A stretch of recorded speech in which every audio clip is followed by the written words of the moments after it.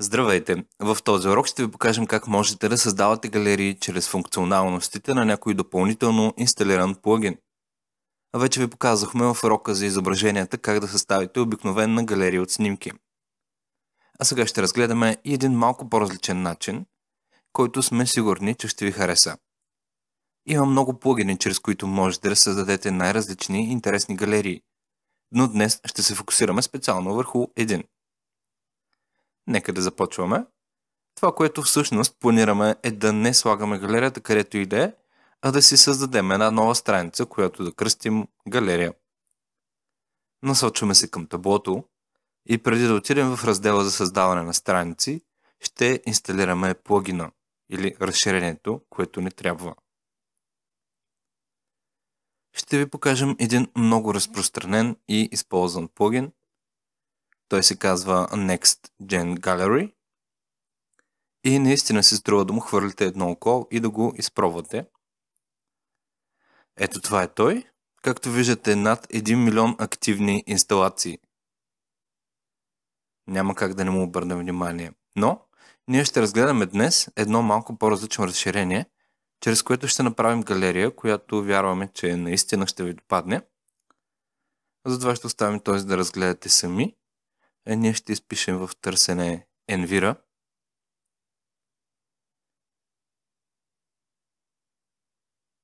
И ето тук, в дясно, ще видите плагина, който ни трябва. Разглеждаме го добре. Както знаете, тук ще намерим по-подробно описание за това как да инсталираме и използваме плагина. Ето така може да изглежда галерията на нашия сайт. Виждате, че имаме най-различни варианти за дизайна, както и доста обяснения. Имайте обаче в предвид, че много от снимките, които са тук, показват функционалности на платената версия на плагина. Това, което инсталираме в момента е на практика безплатната версия, която е с ограничени функционалности. И ако желаете да се възползвате от всичко, можете да апгрейднете и да направите плащане към създателите на плагина, за да ви се отключат всички възможности. На този принцип са създадени много плагини и теми в WordPress. Ето както виждате, след инсталация се появи един нов раздел тук долу. Виждаме малко по-различен интерфейс в тази секция. Имаме повече цвят. Списъка с галерии е празен. Затова кликваме на бутона за създаване на нова галерия и първото нещо, което се изисква е добавянето на заглавие. Затова сега ще въведем.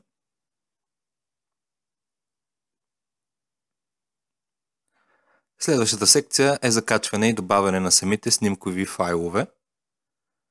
А по-надолу имаме вертикално меню с най-различни настройки. Както виждате, постарали са се да направят този плагин малко по-изпъкващ пред останалите. Ние ще качим изображенията от нашия компютър, които сме си приготвили предварително. Това са едни примерни изображения с различни размери и виждате как се качват на сайта ни едно по едно.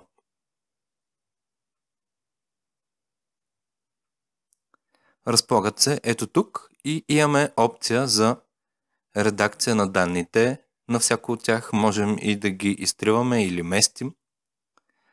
А щом ги отворим, можем да променяме заглавието, както и алтернативния текст, за който ви казахме, че е добре да го въвеждате.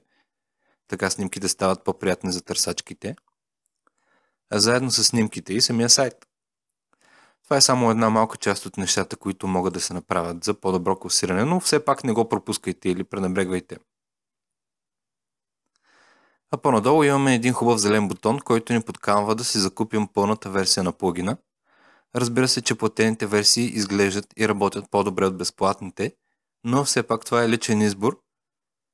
И сега все пак ще видите, че ще успеем да направим нещата да стоят добре на сайта ни и с безплатната версия.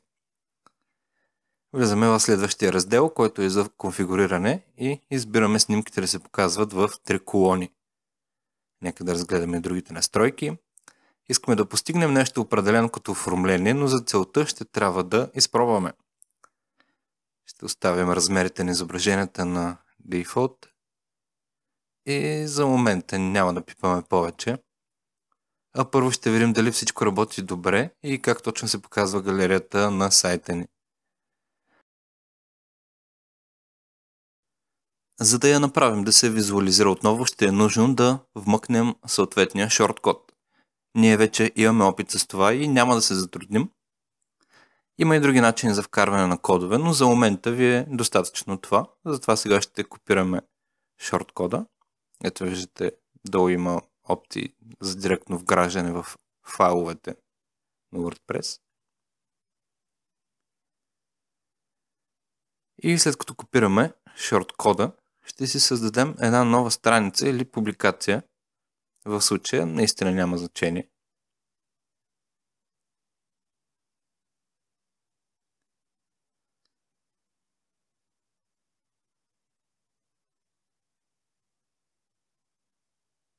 Нека да изберем формат галерия. Задаваме и категория и след това и етикети.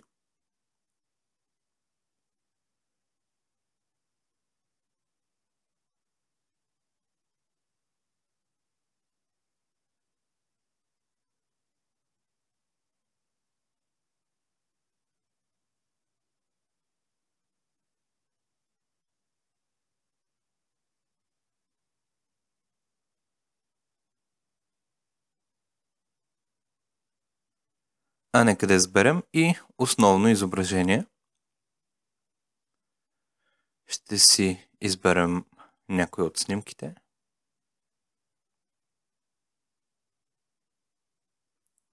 И така. Сега можем просто да поставим кода, за да се покаже нашата галерия, но ако обърнете внимание, вече имаме един допълнителен бутон тук горе, чрез който можем директно да вмъкнем своята галерия. Ако имахме няколко галерии, можехме дори да си изберем коя да вмъкнем. Удобно са го направили по този начин. Имаме дори опция дали да се показват заглавията на изображенията. Ето тук в дясно сега ще видите. И съответно в какъв формат да бъдат те. Ние оставаме за момента настройките така, както са си по подразбиране. И искаме вече да видим как изглежда галерията на сайта ни. Това е основното изображение, а по-надолу галерията. Не изглежда много добре така, но поне работи и сега ще видим как да я настроим, за да паснат по-добре снимките една към друга. Ефектът, който търсим е Masonry Responsive, т.е. галерия, която да прилича, ако се сещате, на менюто на Windows 8 или много снимки с различни размери, които да се напаснат перфектно една на друга. И така, сега нека да видим какво да променим, за да се получат нещата. Зададохме размерите на 0, за да не ограничаваме. Изберем опцията за Crop Images, ако е нужно да се изрежат. Нека това да се случи. И нека отново да пробваме дали нещата ще се получат. Не, може би ще трябва да зададем да се подредят в 4 колони вместо в 3.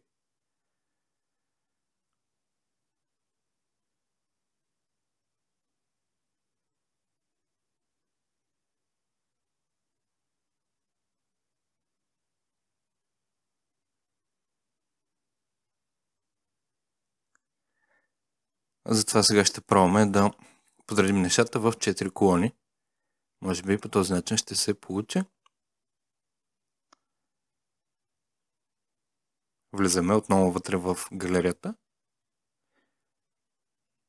на раздела за конфигурации.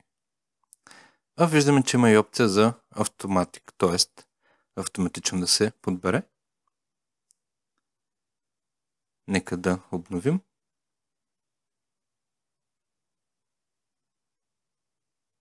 Да, за нещо подобно говорим. Какво ще кажете за нашата галерийка? Това, което е излишно в случая, е основното изображение и сега ще го премахнем. Затова влизаме в публикацията и изтриваме основното изображение.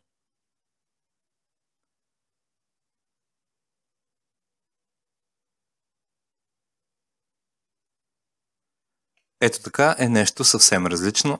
Мисля, че много добре стои галерийката. В бъдещи проекти можете да слагате снимки, които и да са по-подходящи. А ето този начин на показване на отделните снимки се нарича Lightbox. От тук можем да ги сменяме една по една. Наистина доста добре се получи. Надяваме се и на вас да ви харесва. А вие по-скоро си помислете по какъв начин можете да използвате подобни галерии в бъдещите си проекти.